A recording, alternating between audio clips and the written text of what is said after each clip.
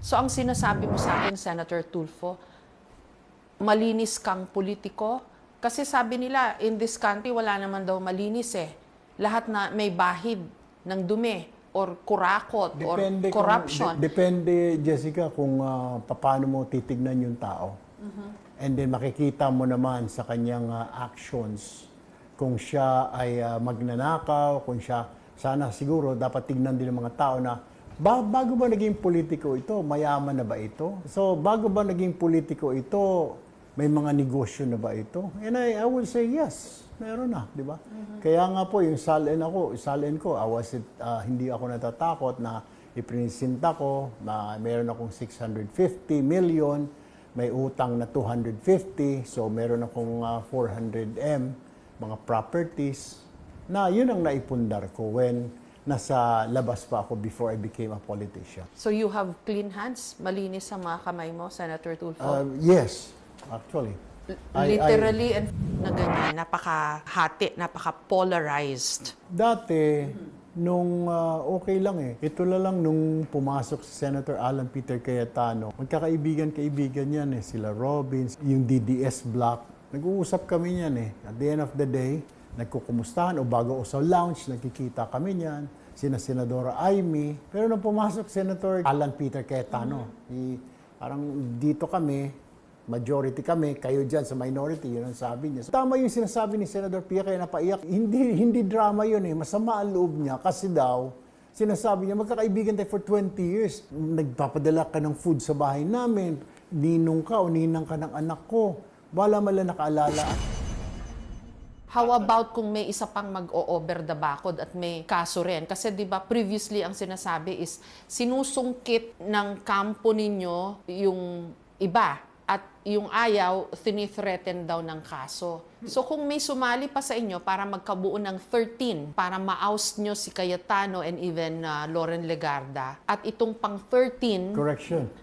Ousted na yung dalawa kasi may quorum kami 12. Hindi lang kami maka-elect ng Senate President kasi wala kaming 13. Pero si Loren Legarda as a pro tempore ousted na talaga yun. Pati si Cayetano. Wala lang kaming Senate President kasi wala kaming 13. Ang masasabi ko lang sa iyo, Jessica, yung pang 13 ngayon, nakukonsensya.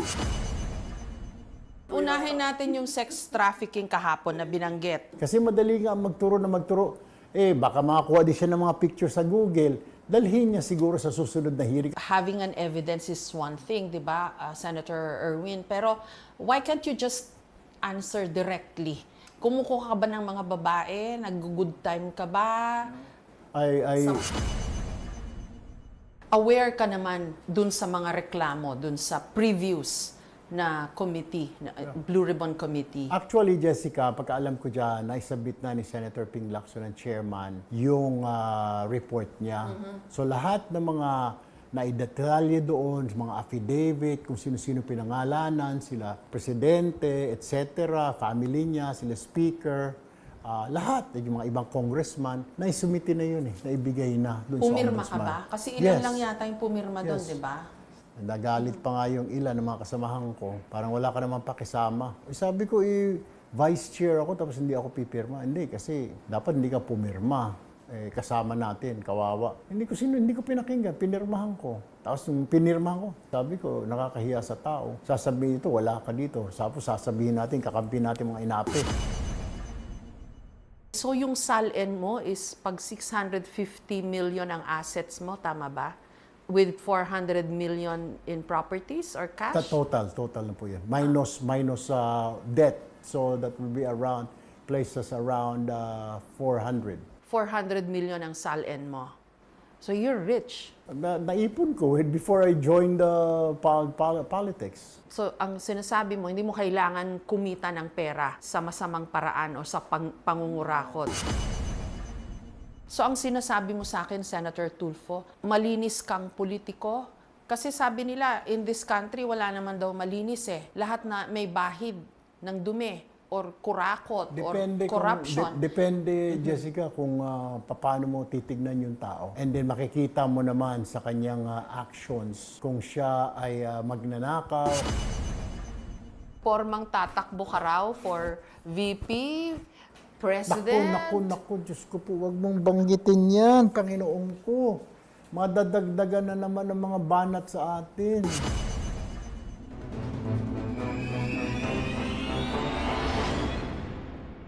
Senator Erwin Tulfo, maraming salamat sa interview na ito. Okay, welcome. Opo. Una, yung mga ibinato sa iyo nung 18 Marines kahapon sa Senado. At 2 beses ka raw tumanggap ng maletang mga pera, nakamaletang mga pera. Doon nga ako nagtataka, Jessica, kasi sa kanilang earlier affidavit, 1 beses lang ang na tumanggap. Tapos yung bilang dumami ng dumami. Tapos may mga amounts na. Ang problema, nung kahapon, nung tinanong na sila, hindi naman, wala silang maibigay na supplemental nga na documents or evidence. Madali kasi, Jessica, na magturo. Binigyan ko siya ng ganun. Pero anong dokumento mo? Wala bang picture? Ganong kalaking pera, 6 na maleta, 8 maleta na ibibigay mo sa tao. Hindi mo man lang lilitratuhan na natanggap na boss or papapirmahin mo doon.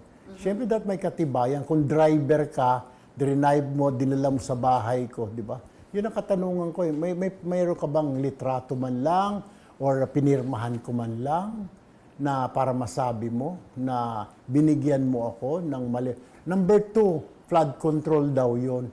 Itignan mo ang records ng DPWH, wala akong flood control or any infrastructure project since I joined yung Congress ng around 2023 hanggang pumasok ako sa Senado. Wala akong mga records ng infrastructure or flood control projects. Wala. Can you answer for your brother, si Senator Raffy Tulfo? I think nabanggit din siya na nakatanggap din daw ng mali-maletang mga pera. Yun, hindi ko alam. Pero ang pagkaalam ko, di sana, ang tanong lang doon, may resibo ba? Kailangan natin na resibo, di ba? Madali kasi magturo ngayon, Jessica, na nabigyan ko siya, na ganito, gano'n, nakita ko siya doon. Sana katibayan. Kasi kung magbibigay ka sa akin, ikaw yung source, ikaw si Zaldico, papadalhin mo sa driver mo, siyempre gusto mo malaman kasi baka itinakbo niya na safe, na naipadala mo sa akin, natanggap ko yung pera, na pinadala mo. Di yan, paano? Selfie tayo, tapos papadala mo sa boss. Or sulat, picture, or pumirma ka, receive. Wala eh. Puro turo lang, naturo. At lahat yata nung mga binigyan nila, wala silang maipakita, kundi puro maleta lang Sana may litrato na katabi nung tumanggap ng pera. Wala eh, puro maleta yung pinakita lang nila. Okay. And speaking of flood control, I think your nephew, anak ni Senator Raffy, I don't know kung matter of public record, pero nakatanggap din daw siya ng flood control project. I'm not sure. Alam mo kasi, Jessica, meron talagang mga allocations ang mga lawmakers kasi request nila yon, that request ng constituents nila. Different districts, kunwari dito sa District 1, kailangan natin ngayon ng bumabaha tayo dito, kailangan ng flood control. O kailangan natin ng school buildings. Iba-iba yan every year, iba-iba. Kami naman mga senador, dahil pangkalawakan kami buong Pilipinas, kung anong request ni Governor, request ng kailangan po namin senador ng tulay dito sa province na ganito, yun ang i-request namin. Kaya nga maganda yung nangyari. Ito yung bunga ng flood control, ng Blue Ribbon Committee flood control investigation.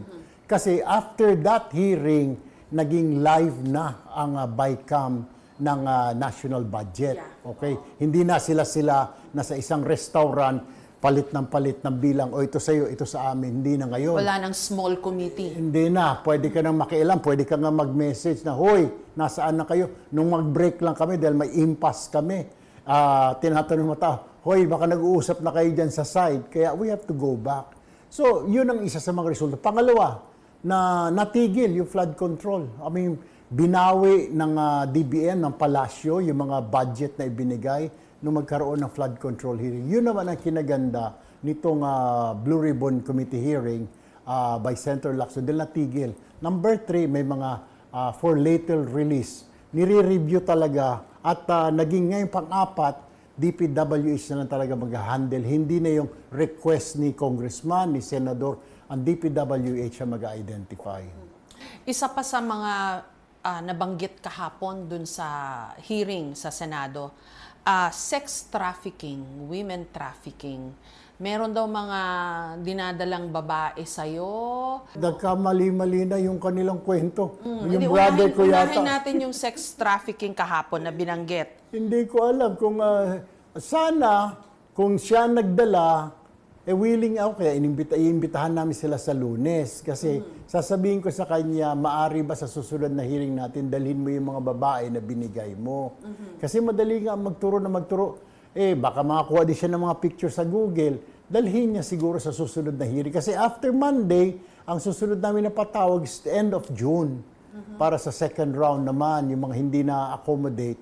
So sasabihin ko sa kanya, Mr. Marin, isama mo yung babae dahil total, ikaw ang kumuha, may contact ka dyan, kunin mo, isama mo dito. Having an evidence is one thing, di ba, Senator Erwin? Pero why can't you just answer directly? Kumukuha ka ba ng mga babae? Nag-good time ka ba? Sa Maidas o Shangri-La or no. wherever? No, I love my wife and my children. So I cannot do that. And then I am a prayerful person. Obvious naman, pag may nakita ka ibang babae other than your wife, syempre isipin nila, that's not proper. Hindi tama. Unfair din yun sa loved ones mo. Unfair sa children mo. No, wala po akong babae. Kaya nga, I would like to challenge him sa Monday dahil invited siya, na isama niya po para ituro niya po. Kung ituro niya, then I give up. Then sige, nagsinungaling ako. Kung maituro, may mabitbit siya na babae, ituro niya ako. I think you were not doing badly as a journalist. Parang naging okay ka naman, nakagawa ka ng pangalan mo. Bakit ka pumasok sa magulong mundo ng politika? Nakita ko kasi, Jessica, yung tinayo ko yung Action Center, public service. So, nilalapitan ng mga tao. Sabi ko, teka muna. Then, ang ginagawa ko, may radio program, tinatawagan ko yung mga politiko. Sir, pwede bang accommodate? Hindi makalabas ng ganito, kailangan ng pondo. Tapos, nababalitaan mo na pag lumapit, lumapit na po kami kay ganun, kay Kong, kay Mayor. Tapos ang binigay lang po, 1,000. Kailangan po namin ng 25,000, 30,000. Then somebody told me na, hindi, dapat mas malaki kasi malalaki naman ang binibigay ng mga soft projects para sa isang congressman o sa mga mayor, may mga pondo sila para sa soft. When you say soft, yun na yung mga medical assistance, mga burial assistance. So sabi ko, oo nga, no, why not? Why not I join na lang? Tapos, ang pagiging broadcaster kasi, Jessica, banat ka ng banat yung mga pag hindi nagawa, walang mga proyekto. Sabi ko, why don't I try na pumasok ako sa politiko? Baka may maitulong ako, baka mas mabilis. And then, besides, aside sa magkakaroon ng pondo para matulungan mo yung tao, constituent mo, magagawa mo pa by pagpasa ng mga panukalang batas na hinihingi ng mga tao. Kasi parang frustrating, lapit sila sa'yo. Sana, sir, ganito, yung kinukulong kami dahil wala kaming pambayad, ayaw kami palabasin. Yung maawa kayo mga kwentong ganun. Pagkatapos binawasan po yung binigay po na ayuda, binawasan ng 5,000. Alam ko namin po, 10,000 yun. Things like that. Wala ka magawa sa broadcaster dahil hindi ka naman sa gobyerno. Banat ka lang ng banat. So parang wala nang effect. So sabi ko, decided na, pasok na siguro ako, baka I can do something about it.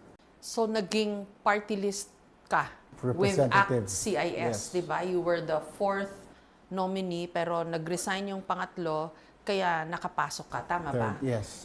Kaso, yung ACT CIS daw ang nakakuha ng pangalawang pinakamalaking pondo next to Tingog in 2025. Hindi kasi I don't know kung that's true or not, pero makikita naman doon kung sino kinare off. Party list ka nga, pero may mga care off na congressman doon. So siguro sana ilabas nila kanino naka-care off. May kumakalat ngayon, care of Erwin Tulfo. Wala nga Erwin Tulfo talaga ako na infrastructure or flood control projects since I joined ACT-CIS. Meron talagang ibinibigay na mga pondo pang infrastructure sa mga congressman dahil request po yun. Like I said, kami, being a party list, kadalasan, pag party list ka, bibigay lang sa iyo is soft projects, pantulong sa mga may sakit, burial, etc. Yung mga ganun na mga assistance, tupad, AIX, Yun lang yung binibigay. Kasi bibigyan mo ako ng project party list ako. Saan ko ilalagay? Magbigay ka ng example. Lahat ng na-divide na yung buong Pilipinas sa mga different districts.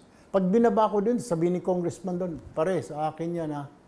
Ano magagawa mo? Pero ang data na nakita namin was for 2025, Act CIS got 7 billion. Although, hindi ko alam kung covered pa ng iyong term yon.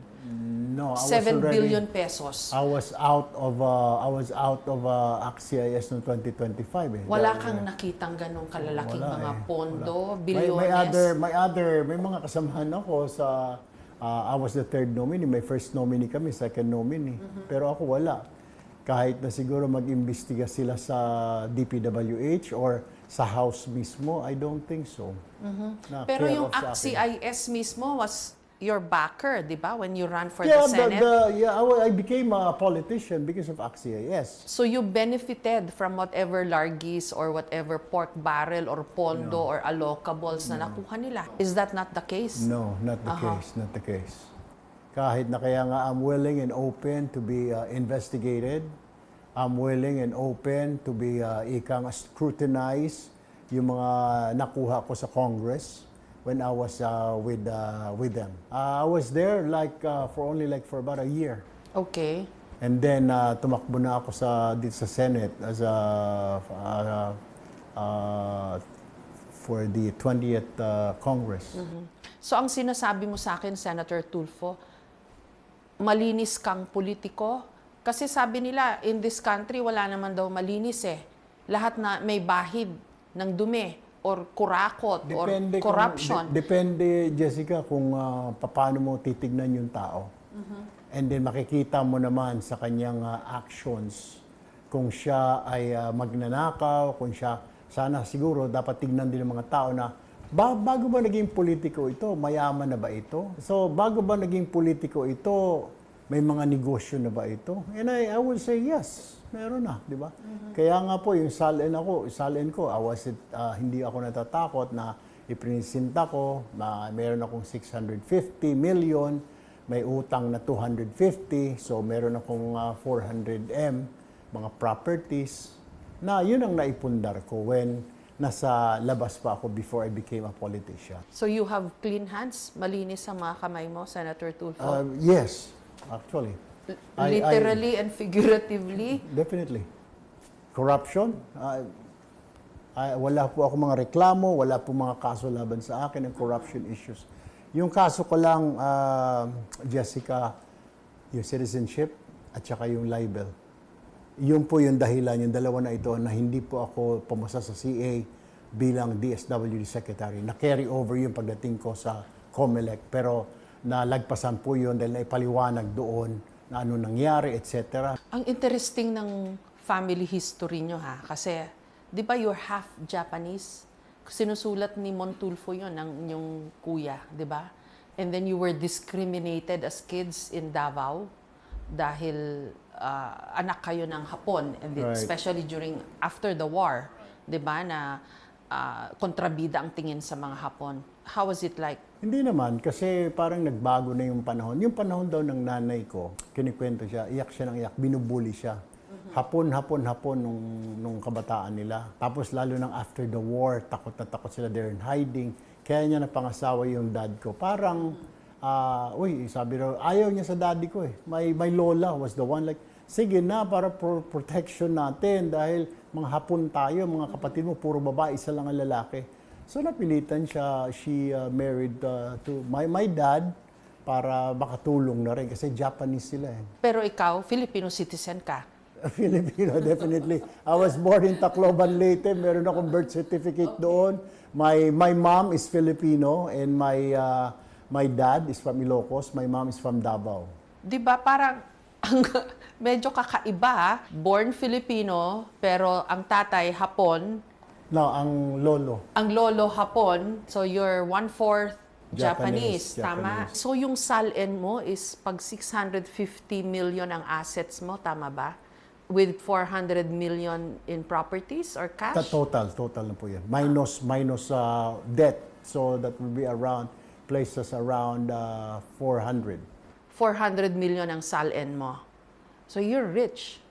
Naipon ko before I joined the politics. So, ang sinasabi mo, hindi mo kailangan kumita ng pera sa masamang paraan o sa pangungurakot. Never. We were taught by our parents not to do that. Lalo na yung tatay ko was a constabulary officer.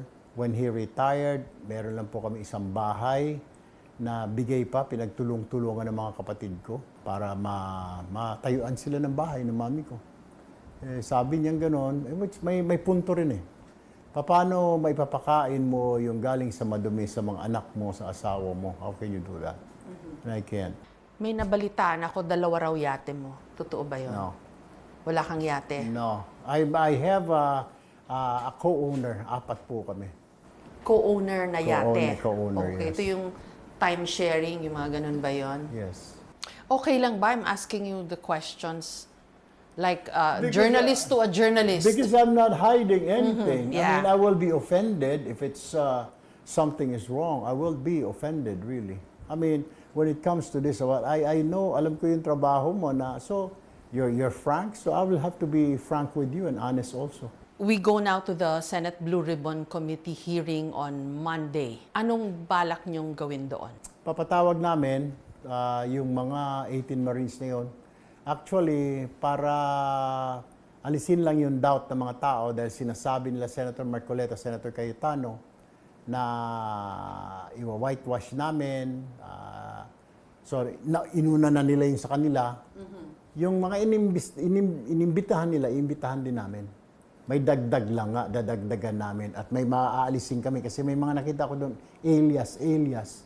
Paano naman namin imbestigahan yung papatawag si alias? So yung 18 Marines na nagsabi ng accusations sa'yo are invited to your hearing on Monday? Yes, and si Attorney Baligod, si Mike Defensor, invited siya. Si Speaker Romualdez, si NBI, may dadagdag lang kami.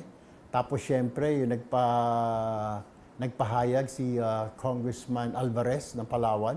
Sabi niya, gusto ko mag-attend dyan para marinig din ng tao yung side ko. And then si Senadora Laila de Lima, pinadala namin invitation. Si Father Flavi, in-invite din namin para parapan, komprontahin nila na, bakit mo nasabi na tumanggap ako sa flood control?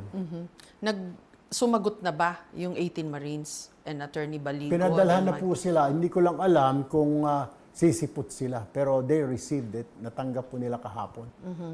Anong tingin mo dito sa trabaho mo bilang chairman ng Senate Blue Ribbon Committee? Marami nagsabi sa akin, Jessica, huwag tanggapin yun. Sakit sa ulo yan. Daming problema dyan. Kung hindi ko naman tatanggapin, sinong tatanggap? Sinong gagawa? Sabi, kaliwa kanan, mababanatan ka dyan. Sabi ko, kung tama lang ba naman ang gagawin mo, bakit ka matatakot na babanatan, di ba? Tamaan na ng tamaan, di ba? Sasabihin natin. Aware ka naman dun sa mga reklamo, dun sa previous na committee, na Blue Ribbon Committee? Actually, Jessica, pagkaalam ko dyan, naisabit na ni Senator Ping Lacson, ng chairman, yung report niya. So lahat ng mga naidetalye doon, mga affidavit, kung sino-sino pinangalanan, sila presidente, etc., family niya, sila speaker, lahat, yung mga ibang congressman, naisumiti na yun naibigay na doon sa Pumirma ombudsman. ka ba? Kasi ilan lang yata yung pumirma doon, di ba? Nagalit pa nga yung ilan ng mga kasamahan ko. Parang wala ka naman pakisama. Sabi ko, vice chair ako tapos hindi ako pipirma. Hindi, kasi dapat hindi ka pumirma. Kasama natin, kawawa. Sabi ko, hindi ko naman pwedeng ipikit-pikit. Ano yan? Kung nung broadcaster ako, nung journalist ako, pag may ginawa ang polis, isipin agad natin, tayo-tayo, kaya hindi mo imbestigahan. I got angry. O kaya nga, nung may mga bumubulong-bulong, kung mapirma niyan, mga kasama natin, magkakasama tayo. Hindi ko pinakinggan, pinirmahan ko. Tapos nung pinirmahan ko, pare, wala ka nang pasabi, ba't mo pinirmahan? Sabi ko, pare, vice chair ako, Blue Ribbon, hindi naman maganda tignan. Sabi ko yung chairman, bayaan mo na si Ping kasi hindi naman talaga, iba naman takbo ng utak nun. Sabi ko, ako yung vice chair. Masama naman tignan na hindi ako pipirma. Then nagtanong si Rafi, ba't mo pinirmahan? Magaling mga kasama na, sabi ko, ikaw, choice mo. Pinirmahan niya eventually. Sabi ko, nakakahiya sa tao. Sasabihin ito, wala ka dito. Sasabihin natin, kakampi natin mga inape. Mga pinagpapasweldo sa atin, bibigyan mo ng special treatment. Wag naman, sabi ko. Pero sabi ko, besides, pumirma lang ako naman, sabi ko, bahala ng ombudsman, di ba? Nung pumirma ako, I said with amendments. Kasi hindi rin ako natutuwa. May mga kulang-kulang doon. Ano yon? Yung mga pangalan ng mga tao, yan. Sila, primero, yung si speaker, hindi nga nakasama doon. I'm not happy with that. At may Hindi mga kasama sa mga doon pinangalanan? Doon sa unang report. Oo. Yung kasuhan, etc. At marami ako mga questions na gusto ko mailatag sa floor. Nasaan na yung ibang mga congressman? Dahil ang daming binanggit ni Vizcaya eh. So anong tingin mo? Kasi previously, di ba, ang reklamo is parang hindi natutumbok yung mga masterminds. Itong Yun na nga yung gusto kong massive corruption scandal. Yun na nga yung gusto kong tumbukin sa floor. Kaya sabi ko, with amendments. So tutumbukin mo si Speaker Romualdez? Invited siya sa Monday. Okay. How about the President? We will also invite him kung talagang ililink siya dyan, kung mayroong mga testigo. Kasi may mga testigo. Basing on this testigo, we will invite him. Yung anak ng Presidente, si We will Congressman invite him Marcos. kung talagang mayroong accusation. Parang, clean slate, ganun ba? Parang tabula rasa. Are you starting from that, from scratch, kumbaga? Yes, nakaatang sa balikat mo yan. Kaya ayoko, nakita ko yung experience na ang daming katanungan nung iba yung umupo sa Blue Ribbon. May naging Blue Ribbon din dyan. Ayaw na mag-imbestiga talaga, di ba? Sino yun? Nung panahon ni Senator P, hindi rin siya nag-iimbestiga. Wala na imbestigahan. That's what they were claiming. Wala pa naman ako dati, di ba? Yung kay Senator, yung si Gordon, naimbestigahan niya yung formally under his watch yun. So sa akin, bali kalahati na lang ito ngayon dahil yung una na report, pinadala na ng chairman namin sa ombudsman. And that is the reason why na bakit na hold ngayon, na freeze ang mga assets ng AMLAC ni Speaker Romualdez because of that report. Okay. So ikaw, how will you attack or anong approach mo dito sa Kung may mga gagawin mong lulutong pa na investigation? pangalan, kasi para magiging redundant siya, Jessica, na paulit-ulit na lamang, kung may mga bagong names tayo dyan, kasi na-submit naman na ng unang chairman sa ombudsman, hindi na nga pinadaan sa floor, mas maganda sana kung dinaan. Kasi sumukulang yung pirma. Ilan lang kami pumirma. Tapos nagkaroon. And isa sa mga reasons yan why nagkaroon ng change of leadership. That's the truth. Naniniwala ka doon sa sinabi nila? Kasi nung nagku sila Cayetano, di ba sabi nila, hindi naman ito about the impeachment, kundi this has more to do with the flood control hearings ng Senate Blue Ribbon Committee. Doon ko naman sasabihin sa kanya, both naman, hindi lang naman impeachment yun. Hindi lang flood control. Ang problema kasi medyo parang samahan ng loob nila na yung ilan sa mga kasamahan nila nakasuhan sa flood control, pero sinasabi nila bakit yung sa kabila sa Congress parang hindi naman talaga napangalanan na maayos. Na single out lang yung mga miyembro natin, sila Senator Jinggoy, Senator Joel, sila Jesus Codero, yung mga kasamahan namin. Tapos sa kabila, si Saldico lang, wala naman Saldico. Pero nung binigay na nga ni Senator Lacson sa ombudsman, tinitignan, nire-review. Ayun na nga yung umpisa na I think 3 weeks ago, nagpalabas ng may pati whole departure order yata, meron na rin because of that report. Paano kayo sa Senado na ganyan, napaka-hati, napaka-polarized? At hindi lang sa Senado buong lipunan. So how do you interact with senators, lalo na yung dun sa kabilang aisle, dun sa tabi ng ng row ninyo? Dati, nung okay lang eh. Ito na lang nung pumasok si Senator Alan Peter Cayetano, magkakaibigan-kaibigan yan eh. Sila Robin, sila yung DDS block. Nag-uusap kami niyan eh. At the end of the day, nagkukumustahan o bago o sa lounge, nagkikita kami niyan. Sina Senadora Amy, di ba? Pero nung pumasok Senator Kiko, pagkatapos parang dito kami ito eh. Kayo dyan sa minority, gano'n.